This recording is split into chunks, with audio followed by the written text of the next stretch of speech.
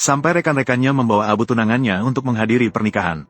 Wanita itu akhirnya menyadari bahwa orang yang paling mencintainya benar-benar telah pergi. Namun hanya adalah cinta pertamanya. Ternyata 7 hari yang lalu, pria pergi menjalankan misi ke hotel untuk memadamkan api. Namun ia kan pikirannya. Namun, mengingat pria itu telah menyelamatkan banyak orang semasa hidupnya. Utusan neraka memberinya jadwal itu menyebarkan rumor bahwa pria itu meninggalkannya dan melarikan diri sendirian. Tunangan pun langsung mempercayainya tanpa berpikir. Bahkan dia tidak melihat wajah yang terlihat saat anggota tim mengangkat kain putih. Dia tidak memiliki kepercayaan dasar kepada tunangannya. Pria itu sulit untuk tidak merasa putus asa.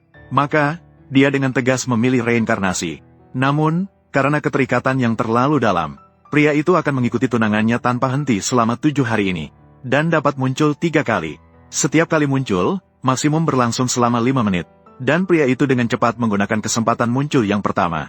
Itu terjadi ketika dia melihat tunangannya berusaha, namun, tunangannya tidak menunjukkan sedikit pun kebahagiaan. Sebaliknya, dia mempertanyakan mengapa dia berada di lokasi kebakaran. Mengabaikan pria berwajah 2. Mengatakan bahwa dia sama sekali tidak layak mengenakan seragam itu. Pria itu berusaha keras untuk menjelaskan. Namun, tunangannya tidak memberi satupun tanda baca.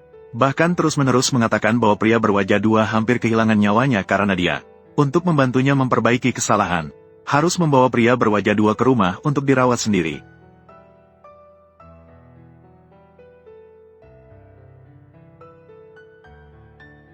Untuk muncul kedua kalinya, pria tersebut digunakan untuk menyelamatkan tunangannya.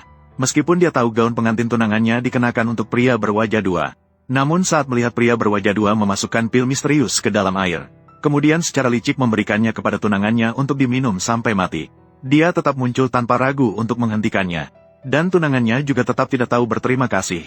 Sekali lagi menuduh pria itu sempit hati karena tidak menyelamatkan pria berwajah 2. Tidak ada bedanya dengan pembutuhan.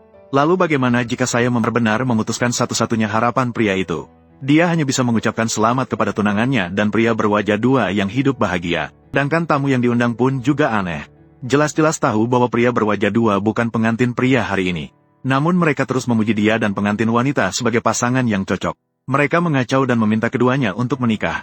Waktu berlalu sedikit demi sedikit. Namun pria yang seharusnya menjadi pengantin pria belum juga muncul. Semua orang jelas mulai merasa tidak sabar menunggu. Mereka semua melontarkan tuduhan bahwa pria itu bersikap keras kepala bahkan di momen yang begitu penting. Pengantin wanita bahkan mengonkom bahwa apapun yang terjadi, dia harus menikah hari ini. Dia harus menyelesaikan pernikahan ini. Namun saat itu, orang yang dimaksud bukanlah pria itu.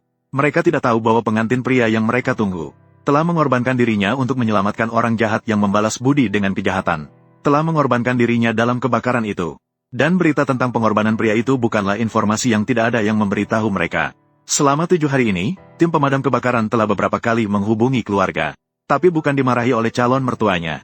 Melainkan tunangannya menolak untuk menjawab karena menemani pria berwajah 2. Jadi hingga saat ini, tunangannya berpikir pria itu memanfaatkan pernikahan mereka. Salah, kau keluar. Mari kita bicarakan semua masalah ini secara langsung. Saat pria itu bersiap menggunakan kesempatan